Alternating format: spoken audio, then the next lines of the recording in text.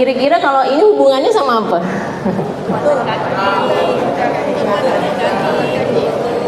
Jadi kalau Bapak Ibu lihat kaki saya kok kecil ya? Oh, kok saya lebih besar di perut ya? Coba ya. Ini namanya.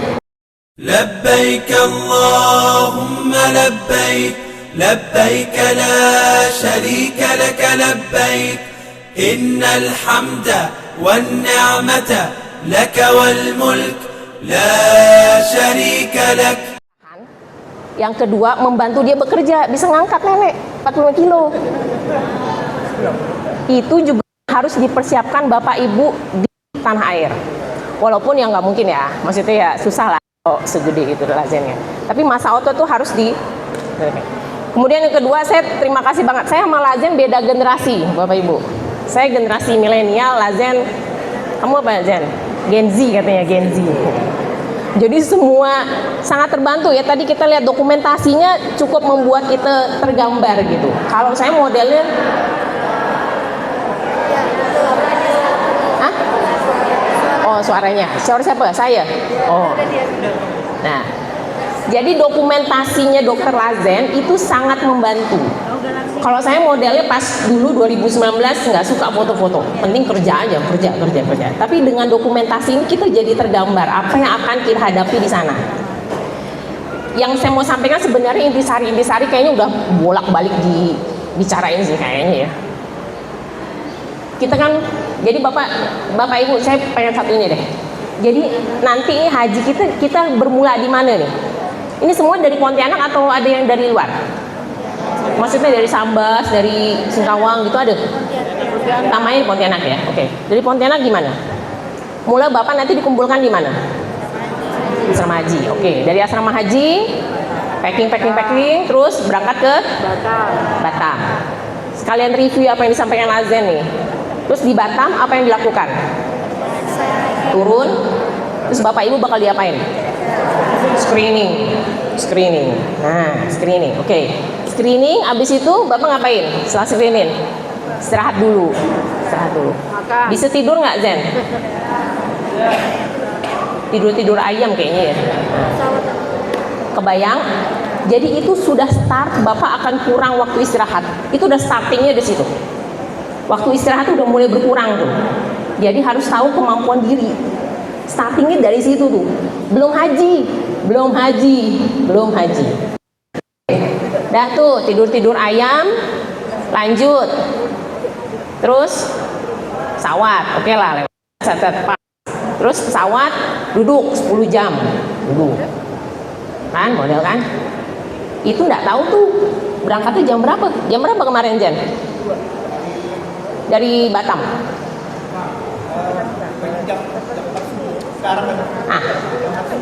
Jam 4 subuh. Tengah malam kita udah start. Tuh. Jadi startnya udah tengah malam tuh. Potong lagi istirahat. Potong lagi istirahat. Dah tuh, leong. Terus di pesawat pasti pada tidur sih, terutama pada tidur. Tapi ada sebagian kecil nggak bisa tidur. Potong lagi. Terus turun nih. Nah, mulai dari turun nih kita harus punya strategi. Ini kayaknya belum ditetapkan ya. Ini bakal Madinah dulu apa Mekah? Mekah dulu. Kalau Mekah dulu agak aman ya. Karena kalau misalkan Madinah biasanya tadi terjadi itu tuh tanah suci sindrom. Jadi apa ya, aura semangatnya tuh di awal. Nah, pas udah hajinya kolaps. Jadi harus perlu mengidentifikasi kita kemampuannya sampai mana. Saya profilnya gimana? Dari sini tuh profilnya gimana? Sehat, full, atau sehat terkontrol? Tanda kutip, punya penyakit tapi terkontrol. Jadi harus tahu identifikasi. Oke, ini tadi disebutkan Bapak Ibu. Jadi selama tadi itu ngeng dari mana? Dari asrama haji, Batam, segala macam. Apa tantangannya tuh? Dari Indonesia sampai ke Arab, sampai ke Mekah atau Madinah. Waktu perjalanan panjang, zona berbeda, jadwal keberangkatan bisa malam hari. Bukan bisa malam hari, sangat mungkin malam hari, tengah malam, dini hari, ganggu waktu istirahat normal, perubahan waktu makan, ketahanan tubuh. Oke, gimana caranya biar saya datanya tubuhnya bagus? Salah satunya adalah menabung otot dari sekarang. menabung otot dari sekarang. Ototnya apa aja yang ditabung? Dengan jalan, Bapak memperbaiki otot jantung. Tapi kalau pengen kayak dokter Lazen harus ada ekstra lagi. Ya, oke. Duduk di pesawat dengan posisi statis yang lama. Nanti kita lihat ya. Perubahan tekanan udara, berkurangnya kadar oksigen, gangguan sistem keseimbangan. Nanti saya ajarin ini. Oke, dehidrasi, gangguan nafas, kondisi toilet. Kondisi toilet. Siapa di sini yang agak susah pup kalau di luar rumah? Ada nggak? Ada kan? Susah banget. Susah banget. Kalau nggak biasa. Nggak biasa. Tapi tipsnya selama di pesawat Bapak Ibu, tolong normal-normal aja. Jadi jangan nahan-nahan minum karena males ke toilet. Memang nanti ngantri sih, bakal ngantri. Nggak mungkin nggak ngantri. Kalau nggak ngantri itu namanya bukan naik haji kayaknya. Jadi bakal ngantri. Tetapi proses minum kita, hidrasi kita, segala macam itu tetap harus dijalankan sesuai dengan yang seharusnya. Oke? Penyakit infeksi yang berhubungan dengan penerbangan. Nah, Bapak Ibu bayangkan nggak di model di sana tuh kayak gimana? Sini aja yang crowdednya segini aja udah hau. Gimana pas nanti di sana gitu? Ya, gimana nanti dikekep di pesawat itu kan dikekep kita. Kekep nggak bisa keluar. Gimana caranya? Penyakit infeksi, gangguan psikologis, semoga tidak ada di sini. Penyakit yang memerlukan pembatasan terbang. Oke, nah ini saya mau ajarin satu nih Pak. Ini perlu diwaspadai, artinya tidak sering, tetapi Bapak Ibu harus mewaspadai. Biasanya dengan posisi duduk lama kita di pesawat, ya, posisi duduk pesawat paling lama tuh pegel tuh, nanti ada gangguan postur. Yang kemudian yang kedua, untuk orang-orang yang tertentu yang punya penyakit komorbiditas, ini harus diwaspadai, problem pembuluh darah bawah. Bapak Ibu boleh lihat dari sekarang, saya kenapa ya kalau banyak bergantung, banyak duduk, kaki saya agak bengkak. Yang terjadi ini dua. Jadi ada masalah di klep venanya, pembuluh darah venanya. Entah dia jadi DVT, entah itu dia chronic venous insufficiency. Apa aja faktor resikonya? Obes. Jadi Bapak Ibu yang berat badannya agak lebih, hati-hati kalau saya kok duduk kok, atau kadang-kadang kok jalan, kalau travel ke Singkawang, ke Sambas kok kakinya agak suka bengkak-bengkak. Nah, itu karena aliran darahnya tuh susah naik, ya. Kemudian dehidrasi, obesitas, kehamilan, trombosis, duduk lama, diabetes, darah tinggi, penyakit jantung, ya. Nah, ini terjadinya di pembuluh darah. Kalau misalkan ada kayak gini, gimana dok? Saya kemungkinan kemarin-kemarin suka kayak gini, bawa elastik stocking compression. Boleh nanti Bapak Ibu cari di apotek atau stocking compression tuh kayak kita pakai stocking biasa, tapi dia full sampai ke atas lutut, diketat tuh, dan dia nggak menutupi jari-jari, biasanya kebuka tuh stocking compression, dikompres di situ. Satu gitu. Yang kedua, kalau misalkan Bapak sudah teridentifikasi punya penyakit hubungannya tadi dengan pembuluh darah, diabetesnya agak-agak susah, agak-agak mepet, diabetesnya yang HbA1c-nya agak dipaksa-paksain biar bisa lewat gitu ya, di bawah 10% gitu ya. Nah, itu mesti dilihat tuh, perlu nggak saya obat pengencer darah? Oke, ya. Oke. Kemudian, ini kita masih ngomongin di pesawat. Pesawat itu dia akan naik terus. Semakin tinggi, semakin ketinggiannya tinggi, itu kebutuhan oksigen kita akan meningkat. Kebutuhan oksigen, makanya Bapak Ibu kalau pakai pesawatnya kadang-kadang suka emergency, ada sungkup masker oksigen gitu kan ya. Karena memang kebutuhan oksigen kita itu diatur di sistem yang ada dalam pesawat. Kalau misalkan Bapak Ibu punya penyakit yang berhubungan dengan kadar oksigen, misalkan apa, paru-paru, asma, jantung, gitu ya, kurang darah, makanya dilihat yang kemarin tuh pemeriksaan HB saya tuh berapa? Kalau HB saya 10, 9, 10, gitu kan, itu lewat kan, siswa kan lewat tuh 9, 10. Nah, dilihat tuh, hati-hati, mesti dicari tuh, gimana caranya ya saya biar HB saya agak naik sedikit. Karena pada saat itu kebutuhan oksigen akan meningkat, terutama kalau capek lagi segala macam tuh makin tinggi. Akibatnya apa? Bisa sakit kepala, lelah, mengantuk. Kalau berat-beratnya bisa sampai bingung dia. ini kenapa ya? Kok ngelayau gitu? Kok bapak ibu ngelayau? Ya, nah, karena kebutuhannya. Kenapa? Karena memang gitu. Kebutuhan di kabinnya juga tinggi. Apa yang bisa kita lakukan di sini? Satu, lagi-lagi identifikasi. Harus mawas diri sama kondisi kita sebelum berangkat. Yang kedua, kontrol penyakit. Nah, ini yang menarik nih. Banyak kan ya sakit-sakit ini. Tadi dokter Lazia bilang artralgia, sakit badan. Bayangin aja kalau kita tidur kadang-kadang di mana, di taksi gitu, sambas gitu yang 6 jam, aduh pegel gitu kan, mesti turun dulu, mesti stretching segala macam. Ya, apalagi yang kayak gitu tuh kondisinya bapak kurang istirahat, duduk lama. Nah, bisa terjadi ini nih penyakit muskuloskeletal. Ini saya mau minta sukarelawan dari bapak-bapak, boleh 1 orang. Saya pengen ngetes nih. Ini bisa jadi contoh untuk bapak ngetes buat di rumah ya. Apa yang harus kita lakukan dari penyakit muskuloskeletal otot ini? Satu, kita harus identifikasi kelemahan otot kita sendiri. Ini harus tahu. Saya lemahnya di sini nih, saya lemahnya di sini nih. Nah, jadi kita biar bisa identifikasi. Jadi identifikasi kelemahan tubuh. Yang kedua adalah latihan peregangan. Oke. Boleh saya minta relawan 1 bapak-bapak? Boleh bapak? Oke.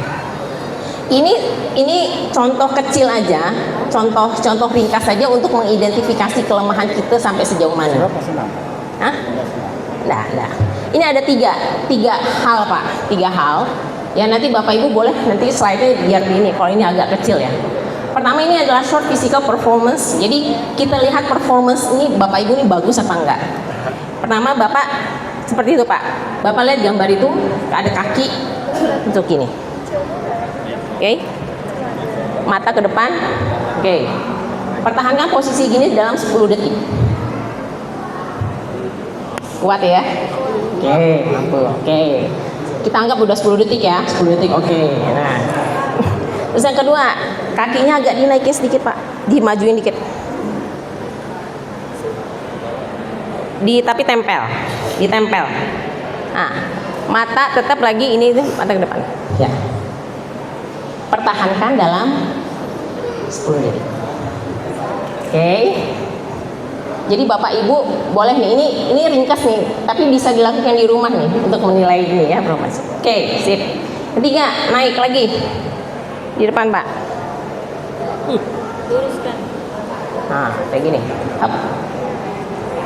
Lagi belum lurus. Oke. Mampu nggak tahan 10 detik? Ini hubungannya dengan apa? Keseimbangan. Ada gangguan keseimbangan nanti resiko mabuk. Kalau udah kita mode-mode kayak gitu, mabuk dia di pesawat mabuk, nanti apa-apa vertigo, muntah-muntah, nah ya. Tuh, 1 gangguan keseimbangan.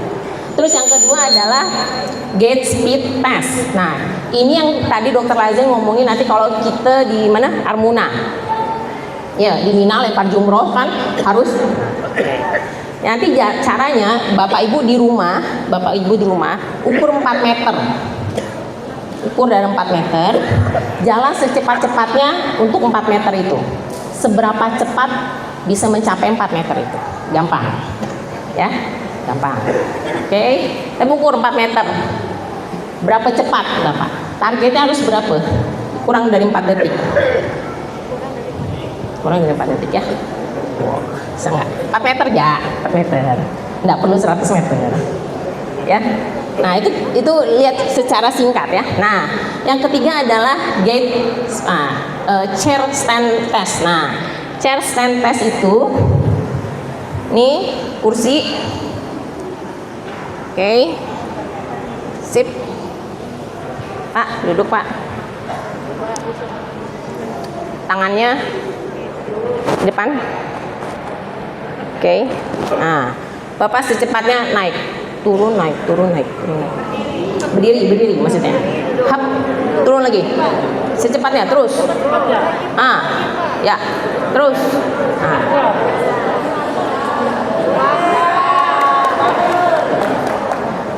Kira-kira kalau ini hubungannya sama apa?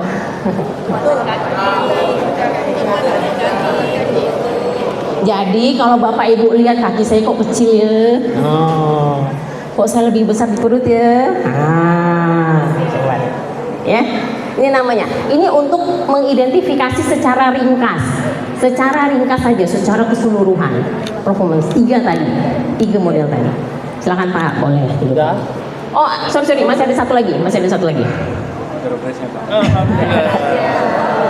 Alhamdulillah, boleh satu lagi ya.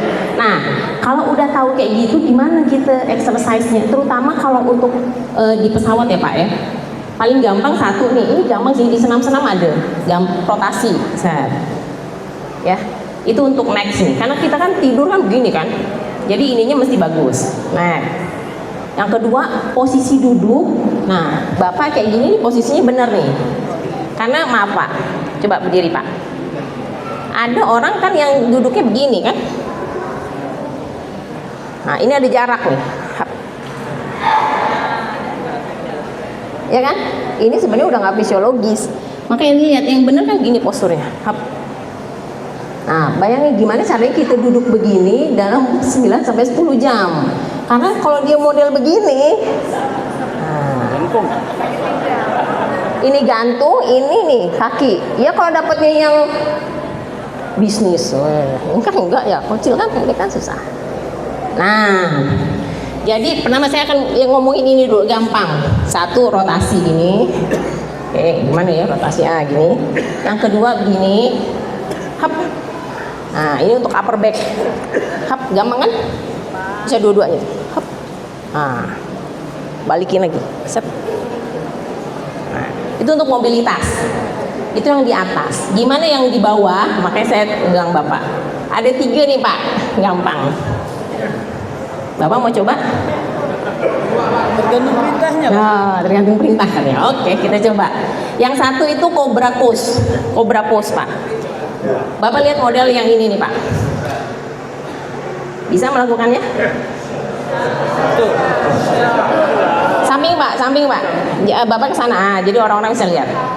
Hap, bukan. Ya, naik. Nah. Sebenarnya stretching kan? Nggak ada patokan. Biasanya 30 sampai 60 detik. Dah, oke. Ini cobra pose. Oke. Yang kedua cow. Tuh modelnya gini, Pak. Yang kedua nih, set. Maaf ya, Pak. Ya. Kemudian ininya turunin. Hap. Kepalanya naikin. Hap. Ini turunin. Ya, naikin lagi. Ininya naikin, up. Nah, terus lagi. Hap. Lagi. Hap. Sama. 30 sampai 60 detik. Coba berapa banyak nih? Oke, yang ketiga kayak Superman. Nah, Superman. Bisa enggak, Pak? Coba. Hap. Kaki sama tangan naik. Hap. Hap. Dah Pak, sip. Makasih. Ini posisi di rumah, coba nih Pak. Buat stretching ya. Makasih ya Pak. Sip. Oke ya. Nah ini buat muskulasi sebelum kita. Terima kasih. Langsung. Jadi ya Pak, namanya itu peregangan sepenting itu, memang sepenting itu stretching dan masa otot. Ini baru trauma. Nah, kalau misalnya tadi kalau naik pesawat terus kadang-kadang suka penuh, sakit. Nah, itu ada baru trauma tuh di telinga ya. Apa yang harus dilakukan? Menguap, menelan permen karet. Menguap, hap, susah. Menelan. Kalau dia nggak berkurang rasa penuh, makan permen karet. Kalau nggak berkurang juga manuver falsafa. Falsafa itu hidungnya ditutup, mulutnya kunci, tiup ke dalam. Hap, hap. Karena ada perbedaan tekanan itu tuh, baru trauma. Biasanya kalau apa sih, kalau kita lagi flu, lagi pilek tuh, kadang-kadang sakit tuh, ya. Oke, nah, dah sampai ya, dah. Oke, nah, sekarang udah sampai nih. Mulai umroh dulu kan, pemanasan. Ingat, intinya haji, bukan umroh. Jadi pemanasan nggak usah, ini intinya haji. Apa yang akan dihadapi di sana? Cuaca panas, kelembapan rendah, kerumunan besar, overcrowding, aktivitas fisik yang tinggi, tawaf, sa'i, wukuf, perbedaan usia dan penyakit penyerta jamaah. Oke, nanti saya bahas ini. Nah, ini saya mau cerita nih Bapak Ibu nih. Tadi Dokter Lazen ada gambar kan Bapak yang heat stroke tuh. Bapak-bapak ya Zen ya, tadi ya heat stroke. Itulah kadang-kadang kita tuh di Arab tuh ya itu bener ya, sabaran. Terus Allah tuh ngasih ini, ngasih cobaan gitu ya. Seberapa besar ego kita. Karena pengalaman saya, ini pengalaman Lazen. Pengalaman saya yang kena heat stroke itu adalah seorang dokter. Yang kena heat stroke itu adalah seorang dokter. Dokternya dokter spesialis. Spesialisnya senior lagi. Udah dokter, spesialis, senior lagi. Guru saya kebetulan benar, guru saya. Jadi kenapa sih bisa terjadi heat stroke? Pertama satu, kan kita harus identifikasi, oke, saya umur udah lumayan, penyakit banyak ya. Saya harus benar-benar nih menjaga. Orang ini kan panas banget. Aktivitas saya ini. Jadi minimal saya tidak boleh dehidrasi. Ya, minum harus cukup, peralatan APD nanti yang disiapkan itu gunakanlah di situ. Ya, karena di sana dehidrasinya kan berbeda. Ya, di sana nggak akan keringetan, tapi diem aja. Jadi apa yang dihadapin oleh guru saya ini, pada saat itu kita mau lempar jumroh, turun dari bus, tiba-tiba dia ngerasa aduh detak saya debar-debar tinggi. Kenapa ya saya ya? Udah debar-debar tinggi, pusing kelayangan. Beliau profesional itu teman-teman pada maju tuh. Dan kebetulan kalau kita kan kebetulan bukan ini ya, jadi tenaga nggak ada dokter hajinya udah kemana gitu ya. Jadi dia nggak ada tuh. Tapi beliau profesional. Akhirnya dia aduh minum. Dia minggir kan banyak tuh dia minggir. Apa yang terjadi pada saat dia minggir? Diusir. Bayangkan orang mau kolaps, dia udah tahu, dia minggir, dia mau mencari pertolongan sendiri, ya diusir. Bayangkan. Jadi sedemikian pentingnya kita mengidentifikasi kita ini masa gimana nih. Karena namanya heat stroke itu nggak bakal Bapak keringetan segala macam, nggak bakal. Udah aja tiba-tiba aja langsung dia minggir diusir sama si polisi Arab itu. Cepat. Karena memang lagi crowded kan. Gimana dia kan nggak boleh ini sumbatan ya, nyumbat dia. Itu bahayanya heat stroke ini Pak. Heat stroke parahnya nanti bisa sampai rumah sakit. Beliau cerita akhirnya pas udah sampai, mulai dia, kenapa saya? Dia bilang gitu. Konsul kebetulan ada kardio juga, ada spesialis jantung juga ikut jamaah bareng kita. Konsultasi langsung habis itu dia skip ya. Nah, karena penyakit-penyakit nanti hubungannya sebenarnya muaranya satu persatu hampir sama Pak. Kemudian yang tadi Dokter Lazen bilang, infeksi saluran nafas atas ini banyak banget.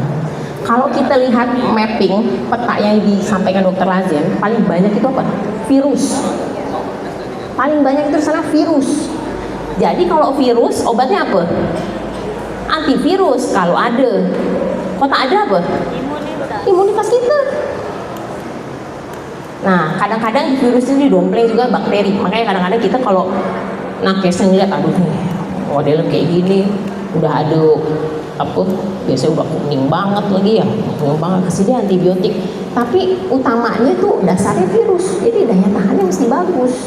Gimana cara kita mempertahankan daya tahan tuh di tengah overcrowding begitu, coba bayangin. Overcrowding, makanya nanti ada nih, dan nanti tips dari saya ada ya. Nih paling banyak sih nih, respirator viral infection di Hajj ya. Ini paling banyak gangguan pencernaan. Nah, gangguan pencernaan selama nunggu, biasanya selama nunggu deh. Bosen kata Lazen, bosen makanan, bosen kan? Keluarlah tuh, keluar, pas keluar biasanya kan makan tuh banyak-banyak itu ya, satu gede, makan barengan dong, makan barengan. Lupa sama higienitas. Nah, main comot. Ya, kayak gitu. Penyakit kulit tadi yang disampaikan Dr. Lazia nih, banyak penyakit kulit. Jangan lupa pelembab.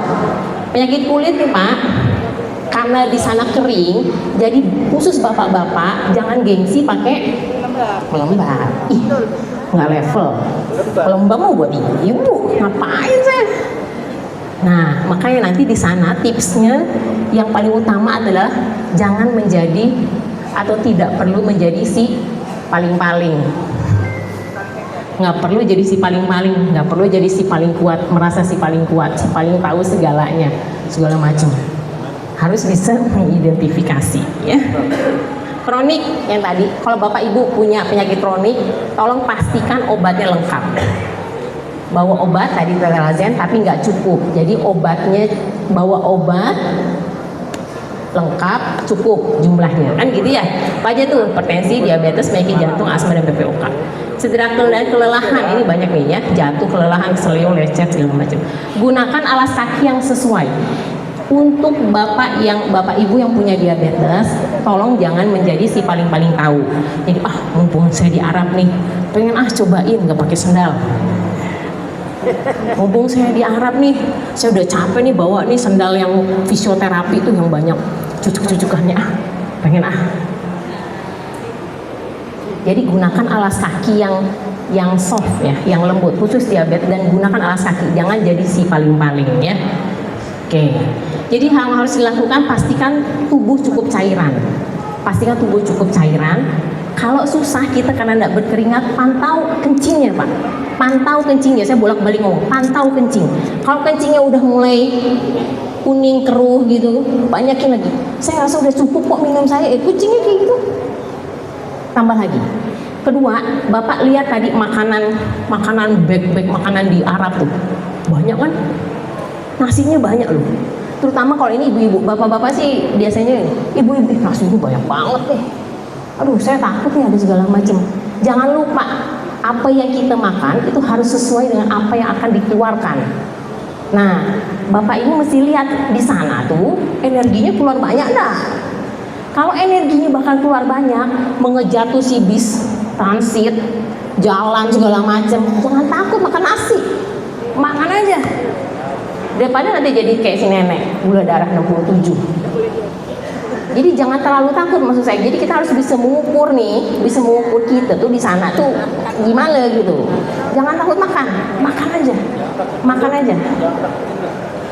Kalau bapak ibu takut gendut, gemuk, insya Allah di sana banyak media untuk membakarnya banyak sekali. Ya, nggak akan. Udah banyak sekali Pak, insya Allah ya.